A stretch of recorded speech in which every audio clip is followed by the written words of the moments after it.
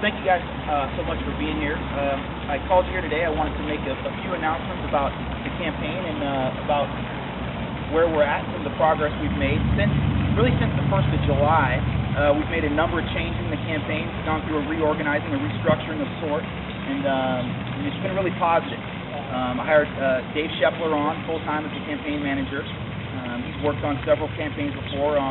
Most recently, Larry LaRocco's 2008 Senate campaign. So Dave's got a lot of good experience and he's been doing a great job for me. I've got Chantel Fox on full-time as she does a lot of things for me, media relations-wise, releases press releases and things like that. So we've done a number of good things in the campaign. Also, our fundraising has significantly increased. I've had a number of people come forward and give significant contributions and show their support for me and my campaign, and that's been really exciting.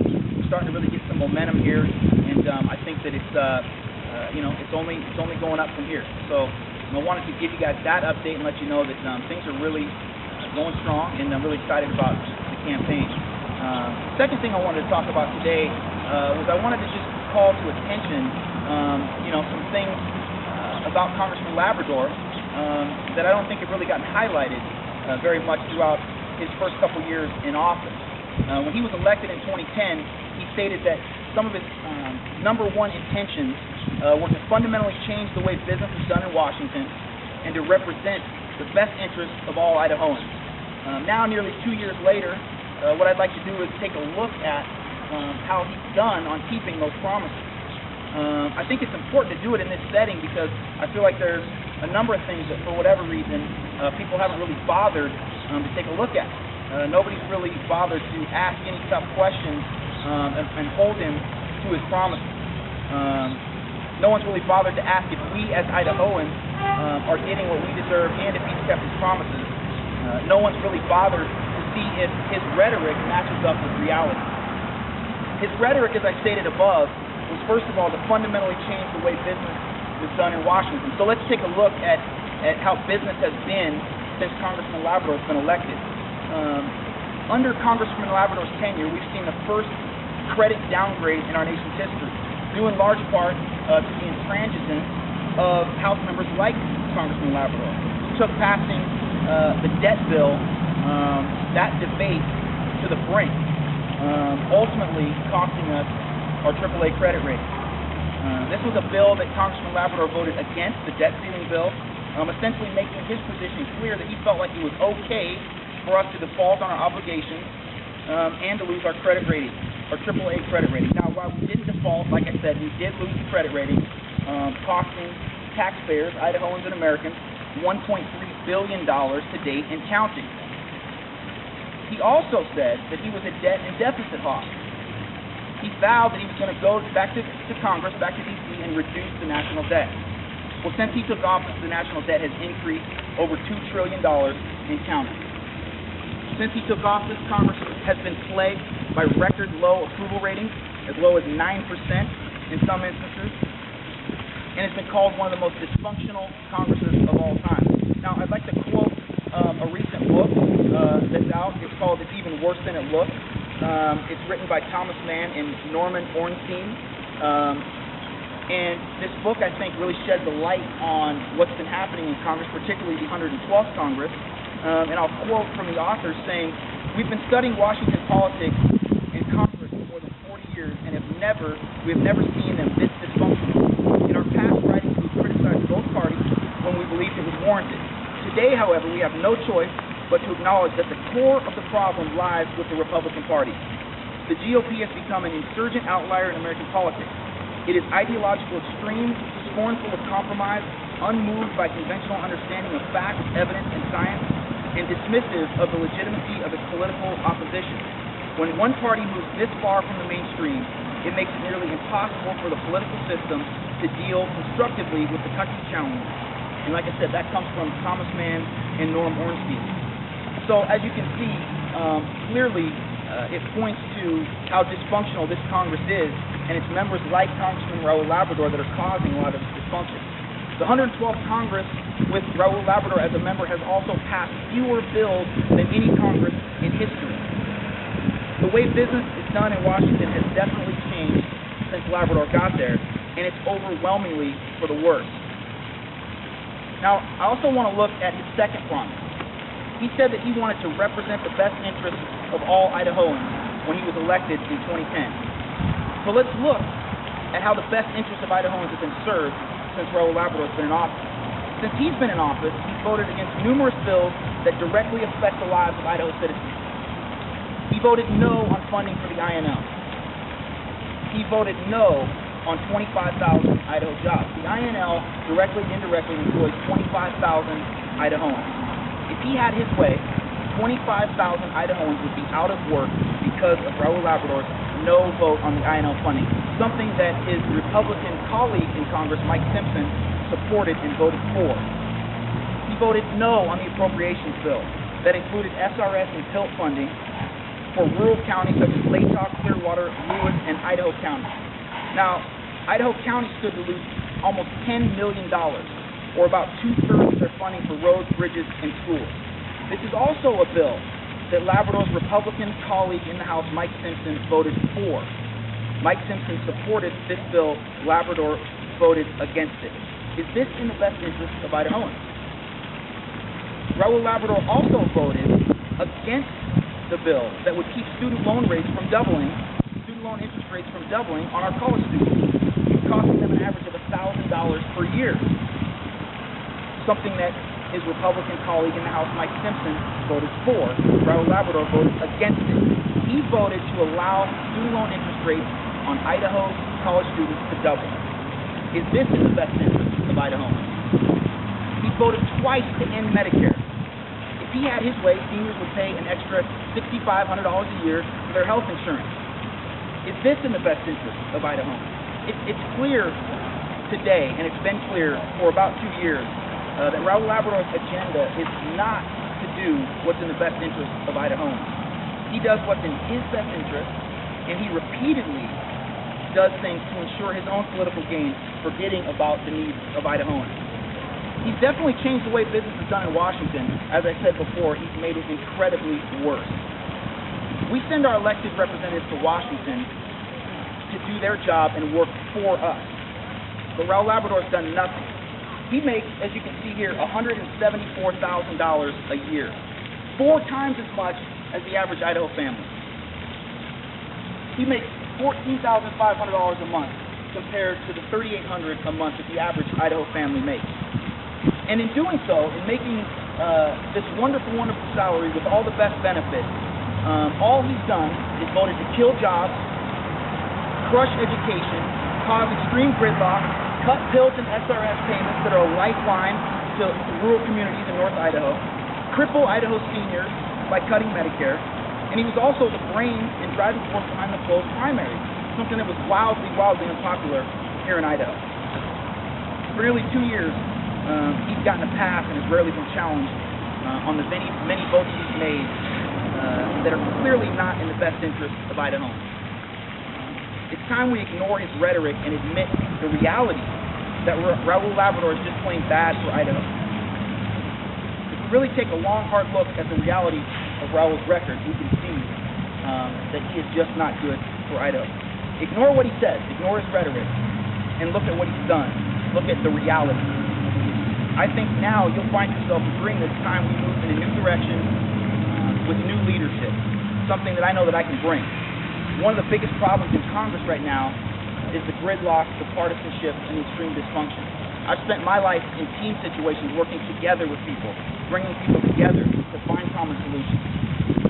I've spent my life working with people from all different backgrounds, all different ideologies that I don't agree with, get along with, sometimes don't even like, and work together to lead us forward. And I think it's important that we elect leaders to do the same. As I said, we can see what Congressman Raul Labrador's record is. The first credit downgrade in our history, a $2 trillion increase in the national debt. Voted to cut 25,000 Idaho jobs. Voted to double student loan interest rates. 294,000 Idahoans remain uninsured if Raul Labrador had his way of repealing the Affordable Care Act. Raul Labrador is not good for Idaho. Now, the second item of business that I wanted to bring you guys here today to announce was that I am going to release 10 years of my tax returns, all 10 years of my tax returns, in the spirit of George Romney and Frank Church. I think it's important that our elected officials show the utmost amount of transparency. And so, as I said, in the spirit of George Romney and Frank Church, I'm making 10 years of my tax returns available to you guys, to members of the media, and to the general public. And I'm calling on Raul Labrador today to do the same thing. With that, I will take any questions that any of you guys might have. As far as you know, has the Congressman refused to release his tax returns, or has anybody ever called on him? He has not. I don't think anybody's ever called on him. I'm not aware if they have, and so that's why, as I said today, here today, I'm calling on Congressman Labrador to release at least 10 years of his tax returns, as I'm going to do the same. Jimmy, what will the 10 years of tax returns tell us about you? Well, I think it'll show a couple of things. It'll certainly show that I've got nothing to hide. I think it'll show that one of the themes, the overall themes of my campaign is that one of the reasons why I'm running is because of the importance of giving back and paying it forward and doing what I can to help people and have a seat at the table to do things that I feel like can benefit the people as a whole. One of the things you'll see in my tax returns is a significant amount of charitable contributions that I've made that are in line with what I've said before, that I really value helping out and giving a hand to people, and I wanted to be in a position as a member of Congress to do what I can to help people live the American dream the way that I was able to. What is your take on the Congressman's public challenge to the Attorney General over the past years? There's quite a kerfuffle about that. What's your take on that? I think it was more political grandstanding than anything. I think, as has come out recently, there's been no link between the Fast and Furious program and the White House, which is a charge that they made. I think it turned into more of a he said, she said. Eric Holder, publicly stated that there was a number of things with the program that he was unaware of, and members of the House, such as Congressman Labrador, were stating that he was aware of those things. And I think ultimately the vote to hold Eric Holder in contempt of Congress was a waste of time. It cost taxpayers a lot of money, and I think it's along the lines of the general theme of the 112th Congress, that they continue to do things that are not in the best interest of the people. They don't pass jobs bills. They're not addressing the real needs of the people, and they're wasting their time, chasing things that have not really proven to be fruitful. You said that your fundraising has greatly increased. Certainly, as of your last report, you didn't have much of it. Yeah. How much has it increased? Was it enough to put your ad on there? Sure, yeah, it increased a significant amount. Honestly, at this point in time, I don't deposit those checks, so I don't know exactly what the increase is. I know that it's significant. We've had a number of PACs that come through, a number of individual contributions, and to me, it's really encouraging. It says that people are really jumping on board to support me and my campaign, and it's the message of wanting to bring people together and compromise and work together with people on both sides. It's something that's resonating with people and that they want to see. And ultimately, I think that it just says, that the people of Idaho in general are looking forward to some new leadership, looking forward to somebody that will take us in a new direction, and it can really get, as I've said many times, get Idaho out of the red and get us operating efficiently back where we know we can be. So at this point, what's the status of your TV campaign ad? Which you put up on the internet, but didn't yet have the money to actually air on TV? Well, just to be clear, that ad was not intended initially to be a TV ad. We released it as a YouTube web video with that purpose in mind.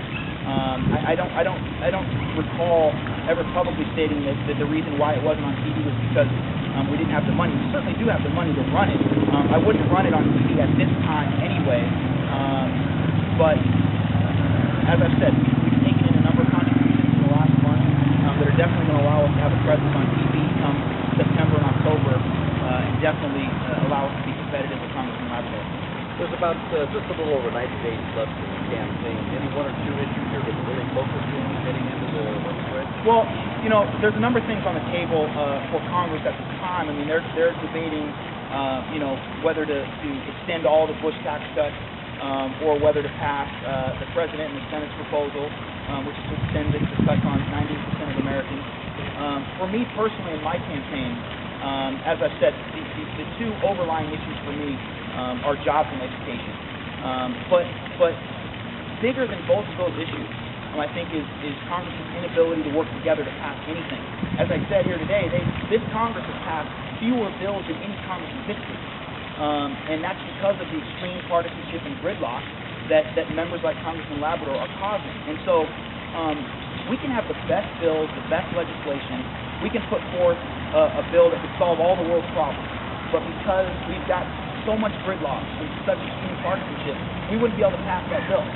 So what's the most important issue for me is getting members of Congress who are willing to work together and that want to come together to find common ground and find compromise. And to do that, we've just got to elect new people. We've got to remove members like Congressman Labrador and replace them with people like myself who want to work together, who want to move the country forward, and don't want to focus our time on repealing existing laws by attempting, over 30 times to repeal a law that's been upheld by all three branches of government. We need people that want to work together to move forward, to pass bills that are in the best interest of the country, and not just interested in political grandstanding and scoring political points.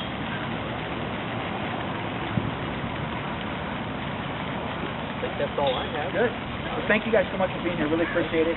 Thanks for your time, and hope to talk to you again soon.